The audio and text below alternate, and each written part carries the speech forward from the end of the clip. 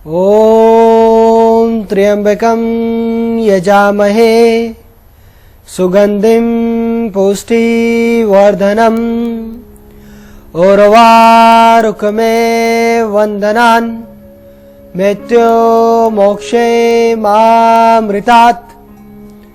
ॐ शान्ति शान्ति शान्ति। नमस्कार, आरोग्य धाम एक वरदान कार्यक्रम में मैं आप सभी का स्वागत करता हूं।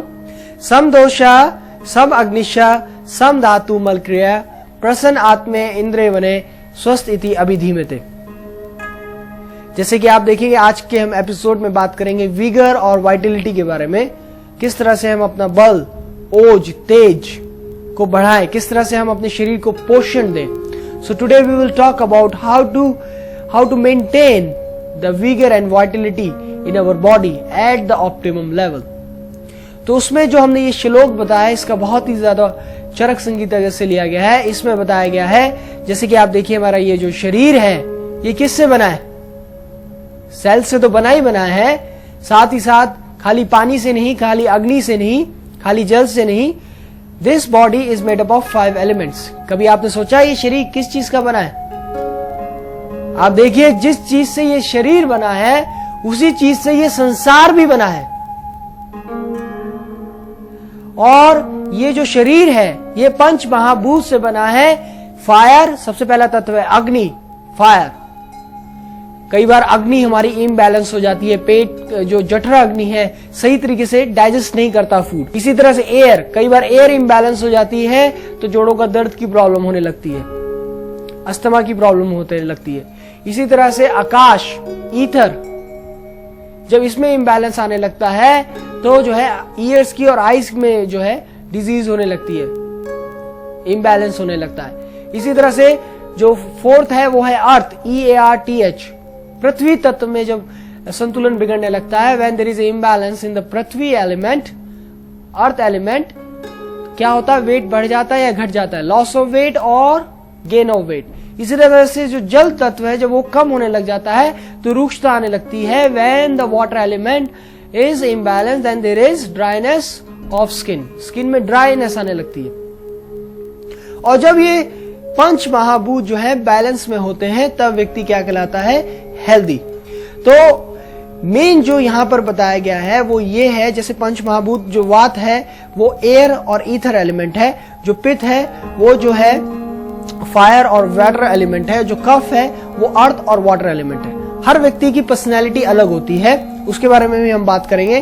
तो यहाँ इस श्लोक में चरक संगीता में कहा गया है, जो कि बहुत जो है 4वीं शताब्दी के आसपास लिखी गई है, उसमें कहा गया है कि जब ये जो दोष होते हैं वात पित्त कफ, जब ये बैलेंस में होते हैं, जब ये आपका पंच महाभूत जो हमने बताया 5 एलिमेंट्स बैलेंस में होते हैं और आपकी जो डाइजेस्टिव फायर है वो जो है ऑप्टिमम लेवल पे होती है, वो आपका खाना सही प्रकार से पच रहा होता है। साथ ही साथ आयुर्वेद के अनुसार जो 7 धातुएं बताई गई हैं, रस, रक्त, मांस, मेद, अस्थि, मज्जा, शुक्र, जब वो बैलेंस में होती हैं और व्यक्ति प्रसन्न होता है तब व्यक्ति जो है स्वस्थ कहलाता है, हेल्दी कहलाता है। तो आज जैसे हम आरोग्य धाम योगा थेरेपी में आपको आसन बताएंगे, प्राणायाम बताएंगे, ध्यान बताएंगे, तो उससे जो है निश्चित रूप से जो है आपका बल, आपका ओज, आपका तेज जो है बढ़ेगा, विगर एंड वाइटलिटी बढ़ेगी। So today whatever we are going to tell you in this Arogya Dham yoga therapy, certainly your vigour and vitality will increase. एक चीज मैं और यहाँ मेंशन करना चाहूंगा, आयुर्वेद का प्रिंसिपल है कि आप नाड़ी परीक्षा द्वारा अपना दोष जो है, अपनी प्रकृति जाने। क्योंकि अब देखिए दूध मुझे पचता है, आपको नहीं, आपको कोई चीज अच्छी लगती है, मुझे नहीं। क्यों?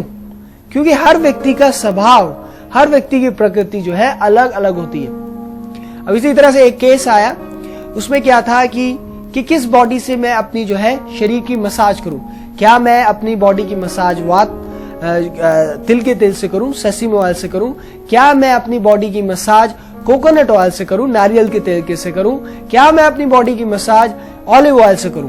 तो नाड़ी परीक्षा द्वारा उसकी प्रकृति को पता किया गया और उसकी प्रकृति पता लगी कि वात प्रकृति है। तो वात प्रकृति है तो आप तिल का तेल यूज कीजिए। पित्त प्रकृति होती तो उसको कहा जाता कोकोनट ऑयल यूज करो। कफ प्रकृति होती तो ऑलिव ऑयल। तो इसी तरह से ये जो साइंस है ये अलग है, इसमें सबको एक चीज नहीं दी जाती। जैसे हम आपने देखा होगा इसमें हम जड़ी बूटियां नहीं बताते हैं, उसका कारण यही है सब व्यक्तियों की प्रकृति अलग अलग है। तो जो है अगर हम ऐसे बताएंगे तो किसी को फायदा होता है, किसी को नहीं। तो प्रकृति के अनुसार अगर आप उसको यूज करेंगे तो निश्चित रूप से जो है फायदा होगा। तो इसी तरह से यम और नियम से हम शुरुआत करेंगे। तो हमने बताया था योग की शुरुआत जो है कमिटमेंट से होती है।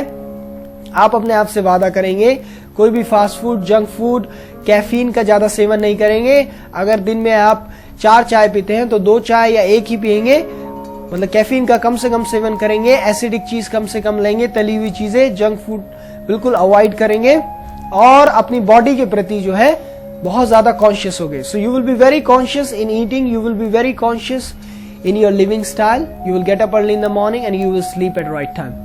So commitment to yourself and then the asana. तो अब हम बात करेंगे आसन की, और आसन में हम बहुत आसान आसनों की बात करेंगे। Less efforts more results. सूक्ष्म आसन, कम खपत ज्यादा फायदा। आज के सब लोग यही चीज चाहते हैं, खपत कम लगे फायदा ज्यादा हो। तो फायदा ज्यादा होने के लिए अब हम कर रहे हैं सूक्ष्म आसन। इसमें पूरा ये पैकेज है सूक्ष्म आसन का। इसको करने से निश्चित रूप से जो है आपके शरीर की विगर एंड वाइटलिटी बढ़ेगी।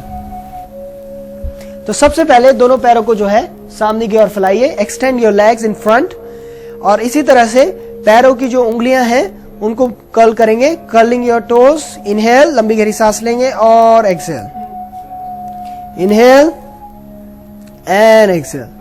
लंबी गहरी सांस लेंगे और छोड़ेंगे, लंबी गहरी सांस लेंगे और छोड़ेंगे। So synchronizing your breath with your motion, curling and flexing, curling and flexing.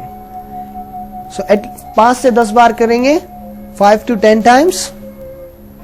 तो आसन हमने पहले भी बताया, सांस की गति से मिला मिलाकर करना, उसको हम आसन कहते हैं, स्थिर सुख आसनम। इसी तरह से आपके जो ये फीट है उसके लिए पॉइंट कीजिए, इनहेल, फ्लेक्स कीजिए, एक्सहेल, पॉइंट कीजिए, इनहेल, फ्लेक्स कीजिए, एक्सहेल।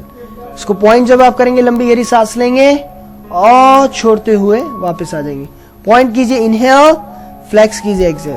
5 से 10 बार करेंगे, पॉइंट कीजिए, इनहेल, फ्लेक्स कीजिए, एक्सहेल, पॉइंट कीजिए, इनहेल, फ्लेक्स कीजिए, एक्सहेल, पॉइंट कीजिए, इनहेल, फ्लेक्स कीजिए, एक्सहेल। अब इसी तरह से जो आपका एंकल है उसकी मोबिलिटी बढ़ाने के लिए खाली शरीर के एक भाग पे ध्यान नहीं देना है, सभी भागों पे ध्यान देना है। हम तो बॉटम से चल रहे हैं। लंबी गहरी सांस लीजिए और फिर घुमाइए, लंबी गहरी सांस लीजिए और घुमाइए, लंबी गहरी सांस लीजिए और घुमाइए, लंबी गहरी सांस लीजिए और घुमाइए।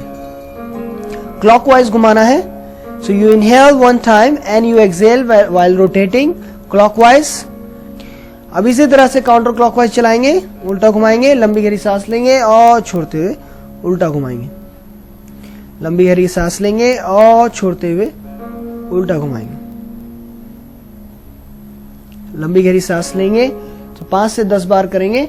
अब इसी तरह से जो आपका ये नी ज्वाइंट है इसकी मोबिलिटी बढ़ाने के लिए इनहेल एंड एक्सहेल, लंबी गहरी सांस लेंगे।